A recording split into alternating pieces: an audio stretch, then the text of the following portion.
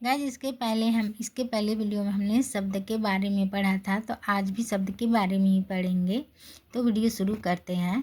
शब्द समूह के लिए एक शब्द, कम से कम शब्दों में अपने भाव और विचार प्रकट करना। ऐसे शब्द समास, उपसर्ग तथा प्रत्ययों की सहायता से बनते हैं जो संपूर्ण वाक्य के अर्थ को एक ही शब्द में स्पष्ट कर देते हैं। जैसे जिनका इलाज न हो सके असाध्य, जहाँ पहुँचना कठिन हो दुर्गम, जो कभी न मरे अमर, अच्छे कुल में पैदा होने वाला कुलीन, जो मीठा बोलता है मृदुभाषी। प्रयोग के आधार पर शब्दों को दो भागों में बांटा गया है। पहला विकारी शब्द, दूसरा अविकारी शब्द। विकारी शब्द वे शब्द जो लिंग, वचन और कारक की दृष्टि से परिवर्तित हो जाते हैं, उन्हें विकारी शब्द कहते हैं। जैसे बच्चा से बच्ची, हरा से हरी, हम से हमारा, रहा से रही। अविकारी शब्द वे शब्द जिन पर लिंग, वचन और अपकारक का कोई प्रभाव नहीं पड़ता। ये शब्द न तो परिवर्तित होते हैं, न ही इनके अर्थ परिवर्तित होते हैं, उसे अविकारी शब्द कहते हैं। जैसे अंदर, बाहर, साथ, वाह, बिना आदि अविकारी शब्द को अव्यय भी कहते हैं। इसके चार भेद होते हैं। पहला क्रिया विशेषण, जो अविकारी शब्द क्रिया की किसी विशेषता को प्रकट करते हैं, उन्हें क्रिया विशेषण कहते हैं। जैसे हिरण तेज दौड़ रहा है, मैं भी आ जा रहा हूँ। गायक मधुर गीत गाता है, रमा सुंदर लिखती है। इन वाक्यों में तेज, मधुर, अभी, सुंदर शब्द क्रिया की विशेषता बता रहे हैं। क्रिया विशेषण के भेद, समय, रीति, स्थान और मात्रा के आधार पर क्रिया विशेषण के चार भेद किए गए हैं। पहला कालवाचक क्रिया विशेषण, जिन क्रिया विशेषण शब्दों से क्रिया के होने या करने के समय की सूचना का पता चलता है, उन्हें कालवाचक क्रिया विशेषण कहते हैं। जैसे इस काम को अभी कर दीजिए, आज शाम को वर्षा होगी। दादी जी प्रतिदिन मंदिर जाती हैं, राधा रोज संगीत सीखती है। इन वाक्यों में अभी, प्रतिदिन, रोज, शाम कालवाचक क्रिया विशेषण हैं। दूसरा रीतिवाचक क्रिया विशेषण, जो क्रिया विशेषण शब्द क्रिया की रीति या ढंग की विशेषता का बोध कराते हैं, उन्हें रीतिवाचक क्रिया विशेषण कहते हैं। जैसे शांति से बैठे, कुछ युवक मोटरसाइकिल बहुत तेज चलाते हैं, वह अचानक हंसने लगा, गाड़ी धीरे धीरे चल रही थी। इन वाक्यों में शांति, अचानक, धीरे धीरे, बहुत तेज शब्द क्रिया की रीति का बोध करा रहे हैं। स्थानवाचक क्रिया विशेषण, वे क्रिया विशेषण शब्द जो क्रिया के होने के स्थान का बोध कराते हैं, उन्हें स्थानवाचक क्रिया विशेषण कहते हैं। जैसे सरोवर निकट ही है, अमर यहाँ रहता है, इधर उधर देखो, भिखारी नीचे बैठ गया।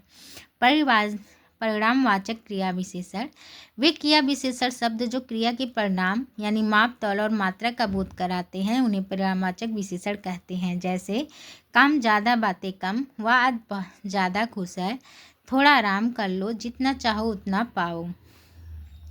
संबंध बोधक, जो शब्द संज्ञा या सर्वनाम का संबंध वाक्य के अन्य शब्दों के साथ बताते हैं, उन्हें संबंध बोधक अव्यय कहते हैं।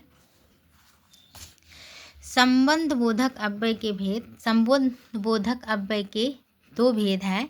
सामान्य संबंध बोधक, सामान्य संबंध बोधक विभक्ति रहित होते हैं। जैसे पांडव वर्षों तक वनों में भटकते रहे, हमारा काम राम भरोसे चल रहा है, ज्ञान बिना जीवन व्यर्थ है।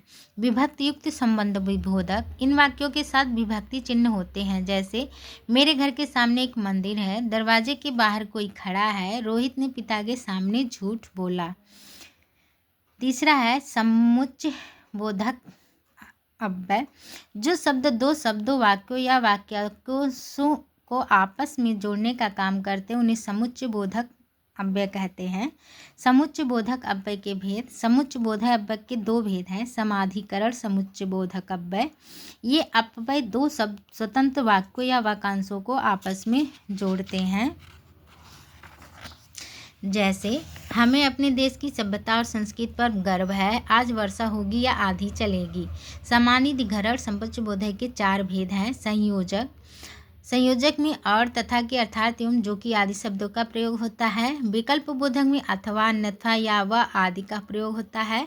विरोध बोधक में लेकिन, किंतु, परंतु, पर, मगर, अपितु, बल्कि का होता है। परिणाम बोधक में ताकि, इसलिए, नहीं तो, अतः आदि का प्रयोग होता है। व्याधिकरण समुच्चय बोधक, ये अव्यय एक या एक से अधिक आश्रित वाक्यों को जोड़ते हैं। जैसे हमने सोचा कि वह आ जाएगा। वह तो मितभाषी अर्थात कम बोलने वाला है। जल्दी चलो ताकि बस पकड़े। चूंकि की क्यों ताकि अर्थात जिससे कि मानो यानी तथापि यद्यत जो चाहो आदि। इसलिए आदि शब्द व्याधिकरण समुच्चय बोधक अव्यय शब्द हैं। समुच्चय बोधक बोधक को योजक भी कहा जाता है। व्याधिकरण समुच्चय बोधक के 4 भेद होते हैं: कारणवाचक, उद्देश्यवाचक, संकेतवाचक और स्वरूपवाचक। विस्मयादि चौथा है विस्मयी बोधक और निपात अव्यय। जो शब्द हर्ष, शोक, घृणा, विस्मय, लज्जा अर्थात चेतावनी आदि भाव को प्रकट करते हैं उन्हें विस्मयबोधक और या निपात अव्यय कहते हैं। जैसे आश्चर्यबोधक अरे वाह क्या है अहो। हर्षबोधक आहा वाह शाबाश बहुत खूब। घृणाबोधक छी धिक अरे धिक्कार थू हट।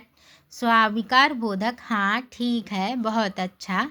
चेतावनी बोधक खबरदार, होशियार, सावधान। संबोधन बोधक अरे ओ अजी रे री। शोक बोधक बाप रे त्राही ताही हे राम आ या हा। निपात वे अव्यय जो वाक्य में किसी शब्द के बाद लगकर विशेष प्रकार का बल देते हैं उसे निपात या अवधारक शब्द कहते हैं। जैसे मात्र ही तो तक भी आदि। मात्र कह देने से कुछ नहीं होता। आकाश अभी तक नहीं आया, विकास तो गया है, मोहन को भी साथ ले गया, नवीन आज ही घर जा रहा है। विस्मयादि बोधक शब्द सदैव वाक्य के आरंभ में लगते हैं। जैसे छी छी तुमने चोरी की या वाह क्या चाय बनाई है। गाइस आज के लिए बस इतना ही। वीडियो अच्छी लगी हो तो चैनल को सब्सक्राइब करें, लाइक करें, शेयर करें। धन्यवाद। कोई टूटी हुई हो तो क्षमा करें।